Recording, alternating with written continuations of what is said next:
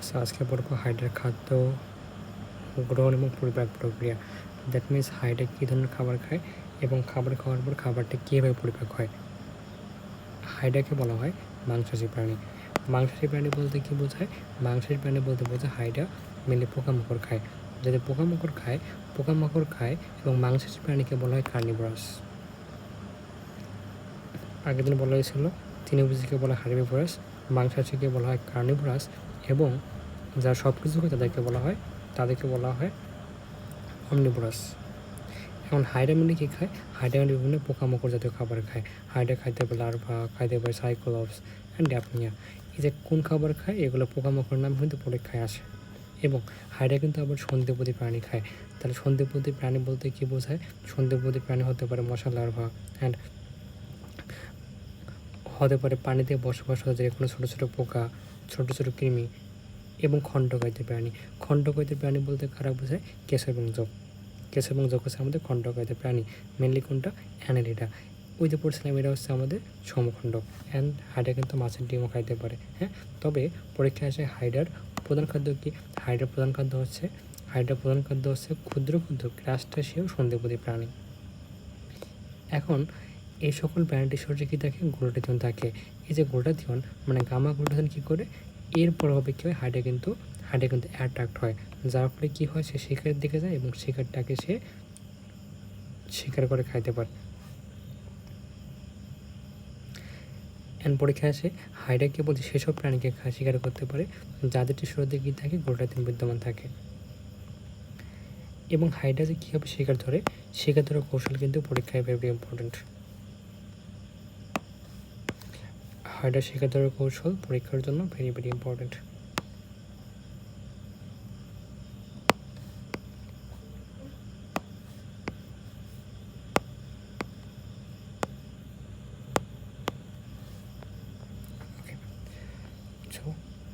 এই একটা Hydra.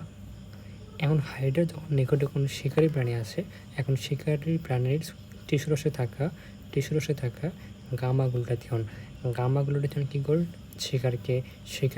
Gamma glutathione এর ফলে কি হয়? হাইডা এর দিকে অ্যাটাক হয় এবং হাইডার দিকে অ্যাটাক হলে কী করবে? হাইডার দিকে অ্যাটাক হওয়ার পর তার কোষিকাগুলোকে সে ছড়িয়ে দেবে। সে কোষিকা ছড়িয়ে দিয়ে সেখানে অবস্থান করবে। এখন যখন কোনো কারণে পোকামাকড়টা বা শিকারটা কোষিকার নিকটবর্তী আসবে, তখনই কী হবে? নিডোসাইটে থাকা যে নিডোসেল এখানে অ্যাটাক হওয়ার পরে কী হবে? নেমাটোসিস্টটা বের হয়ে আসবে। নেমাটোসিস্ট বের হয়ে কী করবে? সূত্র নিক্ষিপ্ত হবে। এখন ওই সূত্রটা মিলে কী করে? ওই সূত্র আমরা বলছিলাম 4টে নেমাটোসিস্ট থাকে এবং একটা হচ্ছে ভলভেন্ট নেমাটোসিস্ট। ভলভেন্টটা কী করে? ভলভেন্টটা ফার্স্ট অফ অল আমাদের শিকারটাকে জড়িয়ে ধরবে। অ্যান্ড যে স্টেটয়েড এবং গ্লুটেন্ট কী করে? এখান থেকে কতগুলা আটল পদার্থ খরিত করে। এটা কী করে? এখান থেকে খরিত আটল পদার্থ কী করে? হাইডাকে আটকায় দেয়। হাইডাকে আটকায় দেওয়ার পর কী হবে? হাইডা কী করে আটকায় দেয়? শিকারকে আটকায় দেয় এবং আটকায় দেওয়ার পর যে প্রথম যে নেমাটোসিস্ট আছে এটা কী করে? এখানে থাকা বিষ মানে হিপনোটক্সিন, দ্যাট মিনস হিপনোটক্সিন কী করে? এরপর কিন্তু শিকারকে বডিতে দিয়ে দেয়, যার ফলে আলটিমেটলি কী হয়? যে শিকারটা অবশ হয়, অজ্ঞান হয়ে যায় এবং তখন কিন্তু হাইডা তার মুখ গহ্বর দিয়ে শিকারটাকে বডিতে শিকারটাকে সে গলদঘন করতে পারে। এভাবেই আলটিমেটলি হাইডা কিন্তু শিকার করে, পোকামাকড় শিকার করে থাকে। ওকে, তাহলে আমরা বুঝতে পারছি যে হাইডা কীভাবে শিকার ধরে এবং তার শিকার ধরার কৌশল। এবং শিকারটা মুখে নেওয়ার পর তার মুখের থেকে কী থাকে? কতগুলো গ্রন্থিকোষ থাকে। গ্রন্থিকোষ থেকে কী করতে হয়? মেকাস করতে হয়। মেকাস কী করে? মেকাস হচ্ছে তার মুখ ছিদ্রকে পিচ্ছিল করে। এখন পিচ্ছিল করার পর কী হবে? সে ইজিলি কিন্তু খাবারটা সে মুখে নেবে। আর মুখে নেওয়ার পর পিচ্ছিলের কারণে কী হবে? খাবারটা ইজিলি তার বডি ক্যাভিটিতে ঢুকে পড়বে। এই যে বডি ক্যাভিটি, যে হাইডার যে বডি ক্যাভিটি, এই বডি ক্যাভিটিকে বলা হয় সিলেন্টন। হাইডার বডি ক্যাভিটিকে বলা হয় সিলেন্টন। এটা যদি হাইডা হয়, হাইডার বলশক্তি, মুখছিদ্র, হাইপোস্টোম, কোষিকা। দেন এটা এটা হচ্ছে তার সিলেন্টন। দেন সে শিকারটা মুখে নিল, নেওয়ার পরে কী হবে, নেওয়ার পর হচ্ছে নেওয়ার পরে কী হবে, তার মুখের গন্ধ থেকে কী করতে হবে, কতগুলো মিকাস করতে হবে। মিকাস কী করবে, মিকাসের কারণে এটা পিসিল থাকবে। এখন পিসিলের পরে কী হবে, ইজিলি খাদ্য প্রচুরটা তার সিলিন্ডারে পৌঁছাবে।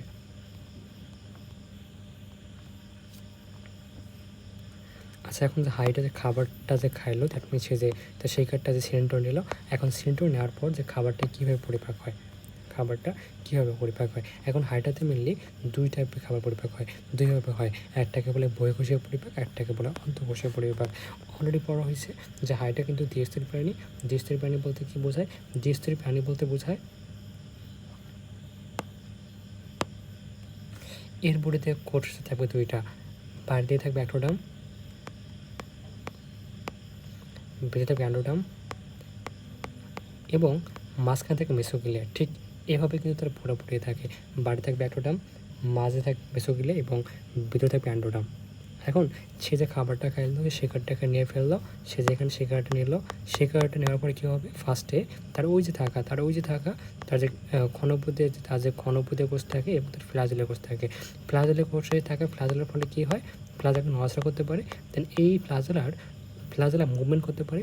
তো মুভমেন্টের ফলে কী হয়, এই যে শিকারটা কিন্তু টুকরা হয়ে যায়, ক্ষুদ্র হয়। অ্যান্ড শিকারটা ক্ষুদ্র হওয়ার পর এখন কী হবে, যে গ্যাস্ট্রোনোমিসে থাকা ক্ষণপদে শিকারটা কী করে, শিকারটাকে সে গলার দিয়ে কন করে ফেলবে, গলার দিয়ে কী করে সে ভিতরে নিয়ে নেবে। এখন এই যে খাবারটা ফ্লাজেলের কোষের মাধ্যমে যে খাদ্য বস্তুটা কী হলো, ছোটো টুকরায় পরিণত হয়ে গেল।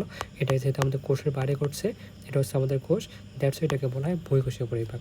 বহি মানে কি, বাইরে, কার বাইরে, কোষের বাইরে। অ্যান্ড অন্তঃকোষীয় বলতে কি বোঝায়, অন্তঃকোষীয় বলতে বোঝায় কোষের ভিতরে। দ্যাট মিনস এখন ফ্লাজেলের কোষ খাবারটাকে ফার্স্টে ভাঙাই দিল, অ্যান্ড ক্ষণপদে কোষ ক্ষুদ্র হওয়া খাবারটাকে সে ভিতরে নিয়ে নিল। নেওয়ার পর কী হবে, নেওয়ার পর কোষের ভিতরে কিছু পরিপাক ঘটবে। এই কোষের ভিতরে পরিপাককে বলা হয় অন্তঃকোষীয় পরিপাক। তাহলে পরিপাক দুইভাবে হয়, বহিঃকোষীয় পরিপাক এবং অন্তঃকোষীয় পরিপাক। বহিঃকোষীয় পরিপাকটা কোথায় হয়, বহিঃকোষীয় পরিপাকটা হচ্ছে সিলেন্টনের মধ্যে হয়। বহিঃকোষীয় পরিপাকটা কোথায় হবে, বহিঃকোষীয় পরিপাকটা হবে সিলেন্টনে। বহিঃকোষীয় পরিপাকটা হবে কোথায়, বহিঃকোষীয় পরিপাকটা হবে কোষের বাইরে হবে। কোষের বাইরে মেনলি কোথায়, সিলেন্টনে হবে। তাহলে সিলেন্টনে কী ঘটে, খাদ্যবস্তুর বহিঃকোষীয় অথবা আন্তঃকোষীয় পরিপাক ঘটে। ওকে, খাদ্য সিলিন্ডারে পৌঁছার পর কী হয়, মুখছিদ্র অফ হয়ে যাবে। মুখছিদ্র অফ হয়ে কী হবে, মুখছিদ্র অফ হয়ে যাওয়ার পর অন্তঃকোষীয় কুন্তল অ্যাক্টিভ হবে এবং তখন কী হবে, তখন তার মুখছিদ্রে কতগুলো এনজাইম গঠিত হবে।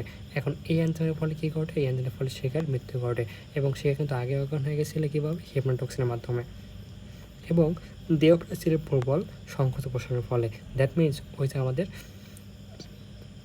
ফ্লাজেলের কোষ কী করে, শিকারটা আঘাত করে কী করে, ছোটো ছোটো কণায় পরিণত করে। হ্যাঁ, এবং এই যে ফ্লাজেলের কোষ আবার কী করে, তার মুখ থেকে যে কতগুলো এনজাইম গঠিত হয়, এই যে এনজাইমগুলো কী করবে, এনজাইমগুলোর উপর কী করবে, এনজাইমটা খাবারের সাথে সেটা ভালোভাবে মিশে করবে, আরও ক্ষুদ্র কণায় পরিণত হবে। এটাকে বলা হচ্ছে আমাদের বহিঃকোষীয় পরিপাক। এখন বহিঃকোষীয় পরিপাক চ্যাপ্টার 3-তে পড়বো যে প্রোটিন পরিপাক এনজাইমের নাম কী কী আছে প্যাপসিন। প্যাপটো কথা তাহলে বুঝবো প্রোটিন পরিপাকের এনজাইম। তাহলে পেপসিন কী করে, প্যাপসিন হচ্ছে প্রোটিনকে পরিপাক করে। এখন প্রোটিনকে ভাঙলে কী পাই, প্রোটিন হচ্ছে একটা বড় অণু, এটাকে ভাঙলে পাবো পলিপেপটাইড, বাট সেন্টারের মধ্যে শুধুমাত্র শর্করা এবং লিপিড বড় থেকে ছোটো হয়, এটাকে আবার যান্ত্রিক পরিপাক, কিন্তু এর মধ্যে কোনো রাসায়নিক পরিপাক ঘটে না। তাহলে সেন্টারের মধ্যে কী ঘটে, শর্করা, আমিষ এবং স্নেহ তিনটারই যান্ত্রিক পরিপাক ঘটবে। যান্ত্রিক বলতে বোঝায় বড় সাইজ থেকে ছোটো হওয়া, কিন্তু রাসায়নিক পরিপাক ঘটবে না।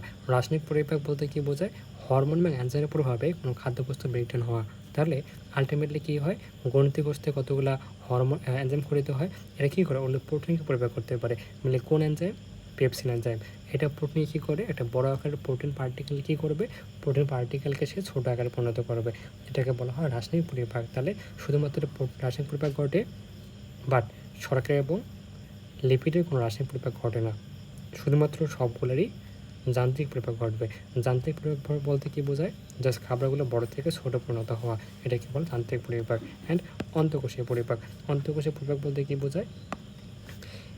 ক্ষণপদে কোষ দ্বারা সে কোষ রিসিভ করে, ক্ষণপদে কোষটা ক্ষণপদ বের করার মাধ্যমে কী করে? খাদ্যকণাকে রিসিভ করে।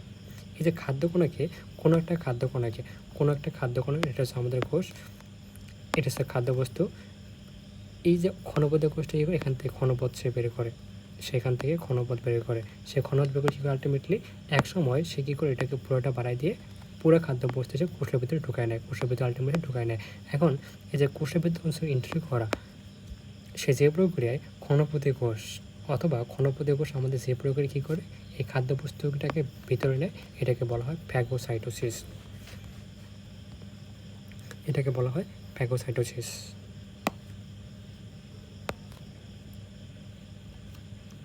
এখন এই যে আমাদের কোষের অভ্যন্তরে কী খরিত হয়? কতগুলো এনজাইম খরিত হয়। কোত্থেকে আসে মিলে? এগুলো সাইটোপ্লাজম থেকে আসে। এই এনজাইম মিলে কী করে? সাইটোপ্লাজম বলতে কী বোঝায়? এই যে কোষের মধ্যে থাকা, যে কোষে ঢোকে ওই কোষে থাকা সাইটোপ্লাজম এর মধ্য দিয়ে কী নিশ্চিত হয়? কতগুলো এনজাইম নিশ্চিত হয়। এর ফলে কী ঘটনা ঘটে? এর ফলে সেখানে রাসায়নিক পরিপাক ঘটে। শুধুমাত্র সিলিন্ডার যান্ত্রিক পরিপাক ঘটে এবং সিলিন্ডার শুধুমাত্র প্রোটিন রাসায়নিক পরিপাক ঘটে, কিন্তু যে কোষের ভিতরে সবগুলো রাসায়নিক পরিপাক ঘটে। তাহলে কী এনজাইম খরিত হয়? খরিত ট্রিপসিন। ট্রিপসিন কি? আমিষ পরিপাকের এনজাইম। তাহলে এই যে ট্রিপসিন কী করে? আমিষ জাতীয় খাবারকে, যেটা পেপটাইড হিসেবে ঢুকছে, ওটাকে ভেঙে অ্যামিনো অ্যাসিডে পরিণত করে। এবং লাইপেজ এটা কি? লিপিড পরিপাকের এনজাইম। সে লিপিডকে ভাঙায় কী করবে? সে লিপিডকে ভাঙায় সব থেকে ক্ষুদ্র উপাদান ফ্যাটি অ্যাসিড এবং গ্লিসারলে পরিণত করবে। এবং অ্যামাইলেজ, সে হচ্ছে শর্করাকে ভাঙবে। অ্যামাইলো মানে শর্করা বোঝায়, এবং লাস্টে এএসি থাকা মানে এনজাইম। অ্যামাইলেজ কাকে ভাঙবে? শর্করায় ভাঙবে। এবং শর্করায় ভাঙার ফলে সব থেকে ক্ষুদ্র উপাদান কোনটা? গ্লুকোজ। তাহলে শর্করাকে ভাঙার পর সব থেকে ক্ষুদ্র উপাদান কোনটা হয়? গ্লুকোজ হয়।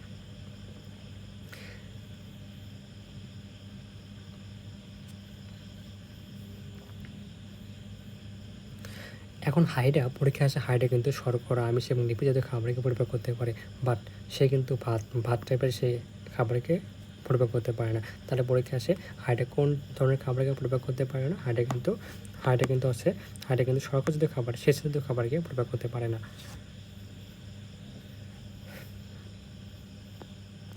তাহলে এখান থেকে পার্থক্য করে পড়ে নিতে হবে যে বহিঃকোষীয় পরিপাক বলতে কী বোঝায়, অন্তঃকোষীয় পরিপাক বলতে কী বোঝায়। হ্যাঁ, এবং এর পার্থক্য এটা কিন্তু আবার খ নম্বরে আসে। হ্যাঁ, অলরেডি পড়ার কথা। তাহলে আমরা ওভারঅল কী বলছি? বহিঃকোষীয় পরিপাক বলতে কী বোঝায়? কোষের বাইরে ঘটে বলতে কোথায় বোঝায়? সিলিন্ডারে বোঝায়। অন্তঃকোষীয় পরিপাক বলতে কী বোঝায়? কোষের ভিতরে ঘটে। এবং কোষের ভিতরে কীভাবে ঢোকে? সে কোষের ঘনপথে সৃষ্টির মাধ্যমে ফ্যাগোসাইটোসিস প্রক্রিয়া কোষের ভিতরে ঢোকে। এবং বহিঃকোষীয় পরিপাকের ক্ষেত্রে কী হয়? সব ধরনের খাবারের সেখানে যান্ত্রিক পরিপাক হয়। যান্ত্রিক পরিপাক বলতে কী বোঝায়? বড় আকারের খাদ্যবস্তু ছোটো আকারে পরিণত হওয়া, এটাকে বলে যান্ত্রিক পরিপাক। এবং যান্ত্রিক পরিপাক কীভাবে ঘটবে? তার যে বডি যে সংকোচন প্রসারণ হয়, সেভাবে খাবার পরিপাক হতে পারে। এবং তার যে ফ্লাজেলা কোষে থাকা ফ্লাজেলা আঘাতের ফলে কী হবে? খাদ্যবস্তু ভেঙে ছোটো ছোটো আকারে পরিণত হবে। এটাকে কিন্তু বলা হয় যান্ত্রিক পরিপাক। এবং শুধুমাত্র সিলিন্ডার কার পরিপাক হবে? শুধুমাত্র সিলিন্ডারে প্রোটিন জাতীয় খাদ্যের রাসায়নিক পরিপাক ঘটবে। এবং প্রোটিন জাতীয় খাবারকে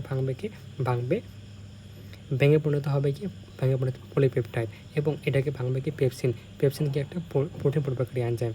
দেন অন্তঃকোষীয় পরিপাক বলতে কী বোঝায়? অন্তঃকোষে ঘটে, কোষের ভিতরে ঘটে। অন্ত মানে কোষের ভিতরে ঘটে। এখন অন্তঃকোষীয় পরিপাক সে কোষের ভিতরে কীভাবে ঢুকবে? সে ঘনপথ সৃষ্টির মাধ্যমে ফ্যাগোসাইটোসিস প্রক্রিয়ায় সে কোষের ভিতরে ঢুকবে। এখন কোষের ভিতরে কী ঘটে? কোষের ভিতরে থাকা সাইটোপ্লাজম, এখান থেকে এনজাইম খরিত হয়। কী এনজাইম খরিত হয়? খরিত হতে পারে অ্যামাইলেজ, খরিত হতে পারে লাইপেজ, খরিত হতে পারে ট্রিপসিন। তাহলে অ্যামাইলেজ কী করে? প্রোটিনকে ভাঙায়, শর্করাকে ভাঙায় কী প্রডিউস হবে? এখান থেকে গ্লুকোজ পরিণত হবে। তাহলে গ্লুকোজ কিন্তু আমাদের সব থেকে ক্ষুদ্র উপাদান। এবং এরপর লাইপেজ কাকে ভাঙবে? লাইপেজ লিপিড পরিপাককারী এনজাইম। লিপিডকে ভাঙবে কে? লাইপেজ ভাঙবে। লিপিডকে ভাঙার পর সবথেকে ক্ষুদ্র উপাদান কোনটা? ফ্যাটি অ্যাসিড এবং গ্লিসারল। এবং আমিষকে ভাঙবে কি? ট্রিপসিনকে প্রোটিনকে ভাঙার পর সবথেকে ক্ষুদ্র উপাদান কোনটা? ক্ষুদ্র উপাদান হচ্ছে অ্যামিনো অ্যাসিড। এবং এই যে ক্ষুদ্র উপাদান গুলো হইলো, এরা কী হবে? এরা কিন্তু পানিতে মিক্সড হয়ে হাইডার কিন্তু পুরো বডিতে সব কোষে ছড়াবে।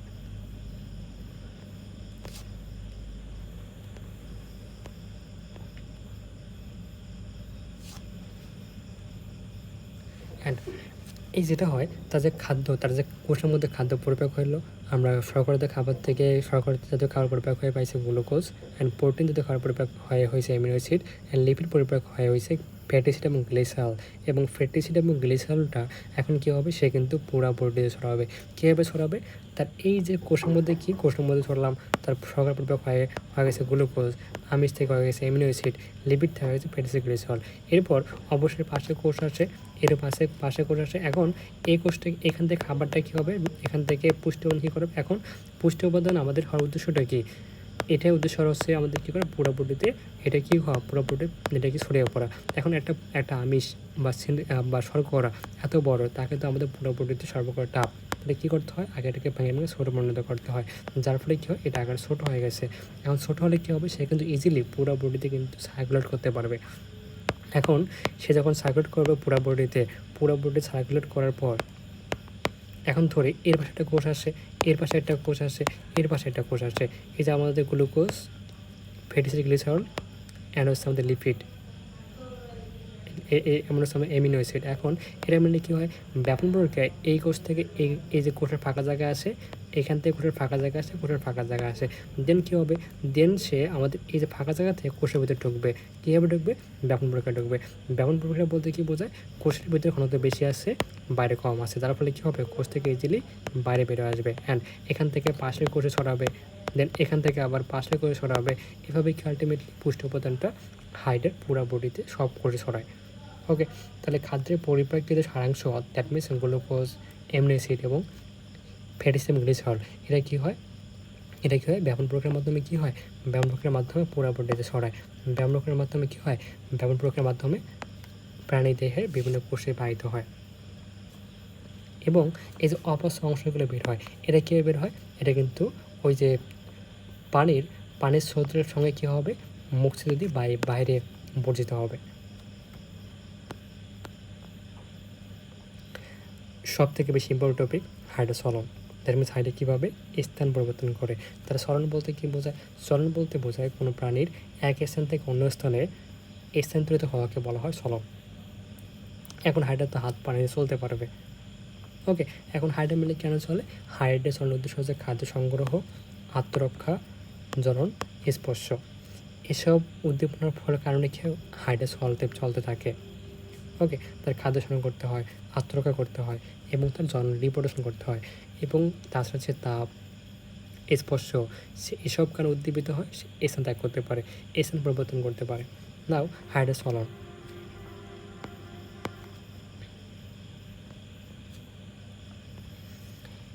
very important for অনুধাবন অ্যান্ড গ এবং খ, এই টপিক থেকে পরীক্ষা কিন্তু কোশ্চেন আসে। হ্যাঁ, ফার্স্ট অফ অল হাইডার লুপিং চলন, লুপিং অথবা হামাগুড়ি চলন, হাইডার লুপিং অথবা হামাগুড়ি চলন। এখন লুপিং পয়েন্টে কী আছে, ল আছে।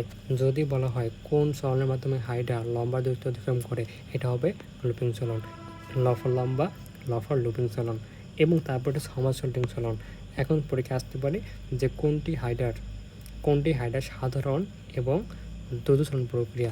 সমাজল্টিংয়ে কি আছে, স আছে, এবং সাধারণ বাড়ানোর স আছে। এটা হচ্ছে আমাদের হাইডার, এটা হচ্ছে হাইডার সাধারণ চলন। এবং হাইডার এই যে দ্রুত বলতে কী বলতে স্পিডি বাড়ানো কী আছে, স আছে। দ্যাট মিনস আমাদের সমাজল্টিং চলনটা হবে কি, এটা হবে হাইডার স্পিড অথবা ফাস্ট চলন প্রক্রিয়া। ওকে, আবার একটা পরীক্ষা আসে যে কোন চলনের মাধ্যমে হাইডা স্বল্প দ্রুত অতিক্রম করে, এটা হবে কি, এটা হবে সমাজল্টিং। তাহলে স ফর সাধারণ, স ফর স্পিডি অ্যান্ড স ফর স্বল্প দ্রুত। এবং লম্বা দূরত্বের ক্ষেত্রে লম্বা দূরত্ব চলন কোনটা, লুপিং চলন। ওকে, তাহলে মেনলি পরীক্ষা আছে, মেনলি পরীক্ষা লুপিং এবং সমাজল্টিংটা পরীক্ষায় বেশি আছে। তাহলে আমাদের মেনলি আগে পড়তে হবে এই ফিগারটা খেয়াল করতে হবে যে ফিগারে কী ঘটনা করতেছে, ধরি এটা হচ্ছে আমাদের হাইড্রা,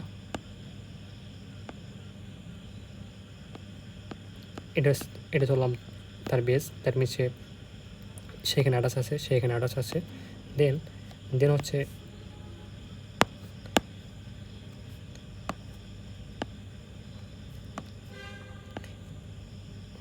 পদশক্তি হচ্ছে হাইড্রোটা, সেখানে অ্যাটাচ আছে, সেখানে দাঁড়ায় আছে। অ্যান্ড হাইড্রোটা হচ্ছে তার হাইপোস্টম, এটা হচ্ছে মুখ ছিদ্র, এই পার্টে তো হাইপোস্টম, এখান থেকে কতগুলো কোষিকা বের হয়। অ্যান্ড ধরলাম হাইডা এই দিকে চলবে, তাহলে কী হবে, সে ফার্স্টে তার বডিটাকে বাঁকাবে, দ্যাট মিনস সে যেদিকে যাবে সে সেই দিকে বডিকে ফার্স্টে বাঁকায় দিবে, সে যাবে এদিকে, তার বডিকে এদিকে বাঁকাবে। ওকে, বডিকে বাঁকালো। ওকে, এখন বডিকে যে বাঁকাবে সে ফার্স্টে কী করে, সে ফার্স্টে বডিকে ওইদিকে বাঁকায় দেয়। এখন যখন বাঁকায় দিবে, এদিকে কী আছে, কতগুলো পেশি আবরণী কোষ আসে এবং এদিকে কতগুলো পেশি আবরণী কোষ আসে। যখন এদিকে বাঁকাবে তখন কী হবে, এই কোষগুলো হবে কি কন্ট্রাক্ট হবে, কন্ট্রাক্ট মানে কি সংকুচিত হবে, এর হবে কন্ট্রাক্ট। এবং এদের কোষটা হয়ে যাবে কি, হয়ে যাবে রিল্যাক্স, হবে, প্রসারিত হবে। এবং এই কোষটা হয়ে যাবে কি, মানে এই দিকের পেশি আবরণী কোষগুলো কী হবে, তারা হচ্ছে রিল্যাক্স করবে। আর এদিকের পেশি আবরণী কোষগুলো কী করবে, তারা কন্ট্যাক্ট করবে, যার ফলে হাইডাকে এদিকে বাঁকতে সহায়তা করবে। ওকে, তাহলে ফার্স্ট অফ অল কী ঘটনা ঘটে, এই প্রকার শুরুতে কী হয়, এক পাশের পেশি আবরণী কোষ কী সংকুচিত হয় এবং অন্যদিকে পেশি আবরণী কোষ কী হয়, প্রসারিত হয়। এখন তাহলে ফার্স্টে কী হয়, হাইডা যেদিকে মুভ করবে সেদিকে বডিকে বাঁকায় দেয়, এবং সে কিন্তু তার যে পদশক্তি এখানে ফিক্সড রেখে বডিকে বাঁকা দিয়েছে, এটা এখানে ফিক্সড, সে পদশক্তিকে ফিক্সড রেখে তার বডিকে এদিকে বাঁকা দিচ্ছে। এখন বাঁকানোর ফলে কি হবে, সে একদম বাঁকাইতে একসময় কী করবে, তার কোষিকা দ্বারা সে বেসকে স্পর্শ করবে। ওকে, সে বেসকে স্পর্শ করবে এবং তার বেসকে স্পর্শ করলো। এখন এর মধ্যে কী আছে, এর মধ্যে কতগুলা নেমাটোসিস্ট আছে। নেমাটোসিস্ট মানে কোনটা, ও যে গ্লুটেন্ট নেমাটোসিস্ট। গ্লুটেন্ট বলতে কী বোঝায়, দুইটা আছে, স্টেটমেন্ট এবং এক্সটেন্ট গ্লুটেন্ট। এরা হচ্ছে যে হাইডার যেটা আল্ট্রাপদ্ম করিত হয়, এরা হচ্ছে কী করে, বেজের সাথে এটাকে অ্যাটাচ করতে পারে। এখন ফার্স্টে এই যে বেস ছিল এখানে ফিক্সড, জাস্ট এখন কী করলো, কোষিকা দিয়ে মাটি টাচ করলো, দেন সে কী করবে, সেটাকে এই যে পাঁচ হাতে রিল্যাক্স করবে, সেটা এখানে ছেড়ে দিবে। কী করবে, সে ছেড়ে দিয়ে এই পার্টটাকে এই দিকে টেনে আনবে, তার কোষিকার দিকে টেনে আনবে, টেনে আসার পর দেন সে আবার এটাকে আনার পর কী করবে, এখন এটাকে ছেড়ে দিবে, সে কোষিকাকে ছেড়ে দিয়ে সে কী করবে, এটাকে সে টাইট করে এখানে ধরে থাকবে, বেজে ধরে থাকবে। দেন কী করবে, এরপর সে পশ্চাতের ভর দিয়ে সোজা হয়ে দাঁড়াবে, ঠিক আছে। এই যে এটাকে বলা হয় জোকা পোকা অথবা শুয়োপোকা চলন, চলন। ওকে, তাহলে যদি বলা হয় যে কোনটি লঘু চলনের অপর নাম কি, অপর নাম বলে হামাগুড়ি অথবা জোকা পোকা অথবা শুয়োপোকা চলন। মেনলি যোগ অথবা শুয়োপোকা কিন্তু এইভাবেই চলে। ওকে, সে কী করে, সে ফার্স্টে এখানে বেসকে ফিক্সড রাখে, বডিকে বাঁকায় দিয়ে কোষে গেলে সে বেসকে ধরে। এখন বেসকে আবার সে কী করে, আবার টাইট করে সে কী করে, কোষকে টাইট করে ধরে রাখে এবং সে আবার পাঁচ হাত থেকে রিল্যাক্স করার পর কী করে, সে পাঁচ হাত থেকে তার দিকে টেনে নিয়ে আসে। তারপর কী করবে, সে এখন এটাকে শক্ত করবে, এটাকে ছেড়ে দিয়ে কী করবে, আলটিমেটলি সে পাঁচ হাতের উপর ভর করে সোজা হয়ে দাঁড়াবে। ওকে, তাহলে এই ক্ষেত্রে কী হয়, মাত্র একটা মাত্র লুপ তৈরি হয়, এটা পরীক্ষা আসে যে এখানে লুপ তৈরি হয় কয়টা, এখানে লুপ তৈরি হয় একটা, লুপ তৈরি হবে একটা, প্রতি বছর লুপ কয়টা তৈরি হবে, একটা। ওকে, নাম সমাজসন্ধিক চলন, একই প্রসেস। এর অপর নাম কি, অপর নাম হয় ডিগবাজি চলন। ডিগবাজি বলতে কি বোঝায়, কুর্সি দেওয়া। ওকে, তাহলে ডিগবাজি চলনের ক্ষেত্রে কী হয়, এটাও পরীক্ষা আসে যে এই চলনের ফলে হাইডা কী হয়, তার দেহের দৈর্ঘ্যের দ্বিগুণ দ্রুত অতিক্রম করে, ঠিক আগের প্রসেসে যে ফার্স্ট একটা হাইডা এই জায়গায় ছিল, এখানে ছিল। ওকে, তাহলে ফার্স্ট একটা হাইডা এখানে ছিল, এটা হাইডা, এটা হচ্ছে পাউল শক্তি, সেখানে এখানে অ্যাটাচ আছে। ওকে, তাই এটা হচ্ছে তার মুখ ছিদ্র, দেন এটা হচ্ছে তার কোষিকা, দেন এবারে হাইপোস্টম। এখন ফার্স্টে হাইডা কোন দিকে যাবে, এদিকে যাবে। যখন এদিকে যাবে সে কী করে, ফার্স্টে আগেরটার মতো সে এদিকের পেশেন্টের কোষে কী করে দিবে, কন্ট্যাক্ট করবে, এদিকেরটাকে রিল্যাক্স করবে। তাহলে সে কী করবে, সে এদিকেরটাকে কন্ট্যাক্ট করবে, অ্যান্ড এদিকে রিল্যাক্স করবে। রিল্যাক্স করার পর কী হবে, তার বডিকে এদিকে বাঁকাবে। এখন বডিকে বাঁকানোর পর সে কী করলো, আলটিমেটলি আগেরটার মতো এর মধ্যে একই নিয়ম, হ্যাঁ, সে বডিকে বাঁকাই দিল। সে বডিকে বাঁকানোর পর সে তার কোষিকাকে বেজের সাথে অ্যাটাচ করে ফেললো। এখন এরপরে কী হবে, এরপর সে আগেরটা করছিল কি, সে আগেরটায় এটাকে ফিক্সড রেখে এটাকে রিলিজ করছিল, কপটাকে টান দিয়ে নিয়ে আসছিল। বাট এক্ষেত্রে কী হবে, এক্ষেত্রে সে ফার্স্টে কী করবে, ফার্স্টে হচ্ছে এটাকে ফিক্সড করে এর উপর ভর দিয়ে দাঁড়ায় ফেললো। দেন কী করবে, আবার এদিকে ভাঁজ হতে হবে। ভাঁজ হবে মানে কি, সে এটাকে আবার ভাঁজ করবে। ভাঁজ করে মানে কি, এটাকে এদিকে হালাই দেবে। এদিকে হালাই কী হবে, এর বেসটাকে কী করবে, এখন এর যে পাঁচ হাত দিয়ে কী করবে, সেই পাঁচ হাতটাকে সে বেসের সাথে অ্যাটাচ করবে।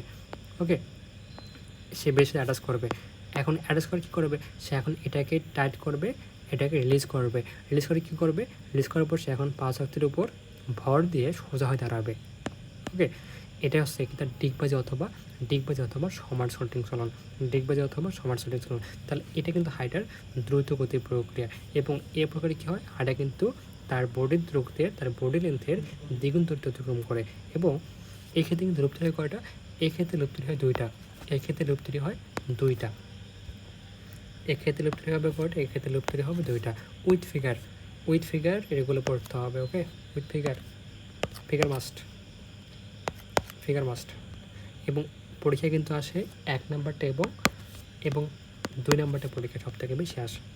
আর এগুলো এমনি জানার জন্য, হ্যাঁ, গ্লাইডিং বলতে কী বোঝায়, হ্যাঁ, যদি এটা যদি একটা হাইটা হয়, হাইটা পাওয়া শক্তি,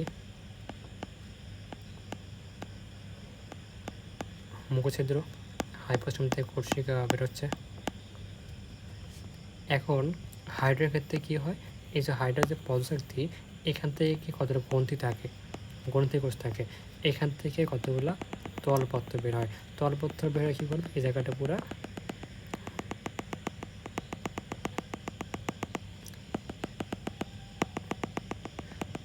তলপত্র হওয়ার কী করবে, জায়গাটাকে পুরো সে পিসিল করে দেবে। এখন পিসিল করার পরে কী হবে, এখন হাইডার বেস মিলেছিল ওই জায়গায়, যে বেস মিলেছিল ওই জায়গায় সে কী করতে পারে, সে স্লাইড করে এখানে আসতে পারে। তখন স্লাইড করে কোথায় আসবে, হাইড্রোটা এখানে আসবে। এটাকে বলা হয় গ্লাইডিং। মনে রাখতে হবে, গ্লাইডিং মানে স্লাইডিং। ওকে, মনে রাখতে হবে, গ্লাইডিং মানে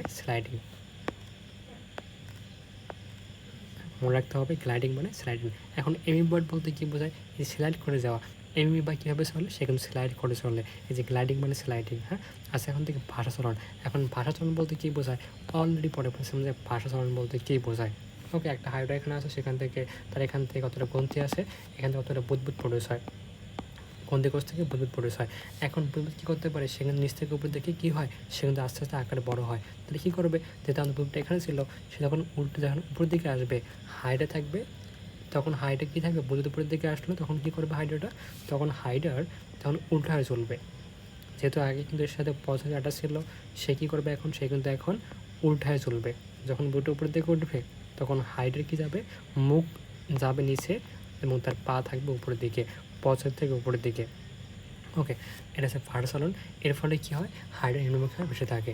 আচ্ছা, এখন থেকে সাঁতারের ফলে কী হয়, কমন সেন্স, সে ফার্স্টে হবে কোষিকা ছেড়ে দেয়, দিয়ে পানিতে হবে বাসে। দেন সে তার এই যে তার হাত পা নাই, সে করছে কী করছে, কোষিকা হাত হিসেবে ইউজ করে, সে হাত পাতে পারে। এটাকে বলা সাঁতার। না, হামাগুড়ি বলতে কী বোঝায়, অলরেডি কিন্তু হামাগুড়ি বলতে কোনটাকে বোঝাচ্ছে, তাহলে এই যে হামাগুড়ি, সে কী করতে পারে, হামাগুড়ির মাধ্যমে গাছে উঠতে পারে এবং গাছ থেকে নামতে পারে, হ্যাঁ। সে কিন্তু হামাগুড়ি কীভাবে দেয়, সে কিন্তু এই যে সে কিন্তু কী করে, সে কিন্তু তার হাতকে, সে হাত দিয়ে হামাগুড়ি দিতে পারে। হাত দিয়ে হামাগুড়ি বলতে কী বোঝায়, সেখান থেকে তার কোষিকা দিয়ে ধরে সে উপরে উঠতে পারে, এটাকে বলে হামাগুড়ি। গাছে ওটাকে বলা হয় আরোহণ, এবং গাছ থেকে নামাকে বলা হয় অবরোহণ। তাহলে পরীক্ষা আসতে পারে যে কোন চলনের মাধ্যমে হাইডা আরোহণ এবং অবরোহণ করতে পারে, এটা হচ্ছে হামাগুড়ি চলন অথবা ক্রাউলিং। আর হাঁটা বলতে কী বোঝায়, হাইডা উল্টা হয় কী করতে পারে, তার কোষিয়াকে তার পাশে বেশ করে হাঁটতে পারে, এটাকে বলে হাঁটা চলন। তাছাড়া হাইডা তার বোঝার মতো তার বডিকে বাঁকাই দিয়ে কী করতে পারে, চলতে পারে। এই যেমন যে লুপিং বা সমান শর্টিং, হ্যাঁ। তাহলে লুপের সমাধান কীভাবে করতে পারে, সে কিন্তু হাইড্রেট পেশি আবরণী কোষকে বাঁকায় দেয়, বাঁকায় দিয়ে কী করতে পারে, চলতে পারে। এখন ডুবা, ডুবা বলতে কী বোঝায়, এই যে বুদবুদটা তৈরি হয়ে গেছিলো, বুদবুদটা কোনো কারণে ফেটে গেলে কী হবে, সে কিন্তু আবার কী হবে, সে কিন্তু আবার যেরকম ছিল সেরকম হয়ে থাকবে। এটাকে বলা হয় ডুবা চলন, এটাকে বলা হয় ডুবা চলন। ওকে, তাহলে এগুলো আমরা জানতে হবে, পড়তে হবে জানার জন্য। বাট ফর এক্সামিনেশন পড়তে হবে 1 এবং 2 সব থেকে ভালোভাবে পড়তে হবে উইথ ফিগার, ওকে।